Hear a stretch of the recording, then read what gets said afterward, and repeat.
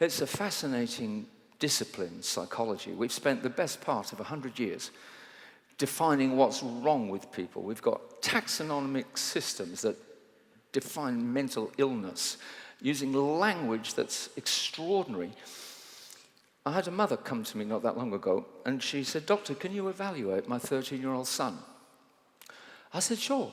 He's suffering from a transient psychosis with impaired reality testing and intermittent rage disorder and episodic radical mood swings. But look, the prognosis is great for a full recovery." And she said, how can you say all that without even meeting him? I said, "I thought you said he was 13.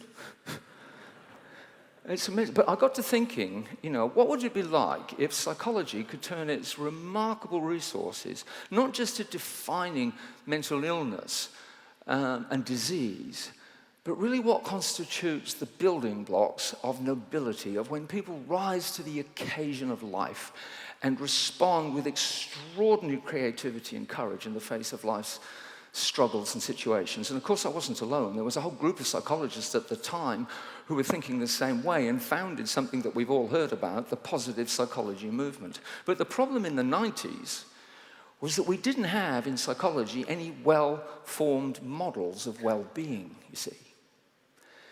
And so none of us saw this coming. And when Dan Goleman came out and published this book in 1995, 1997, nobody saw it coming.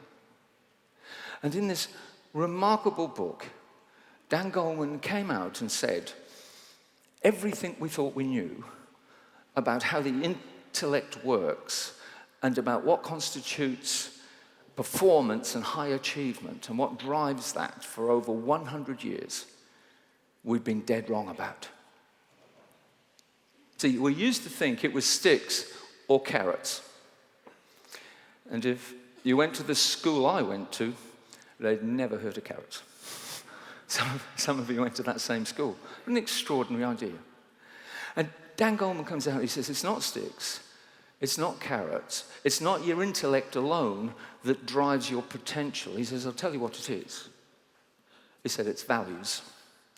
When you tap into the things that people feel, the things they deeply care about in the deepest parts of their being, you release inside people this most remarkable creative energy to achieve extraordinary things.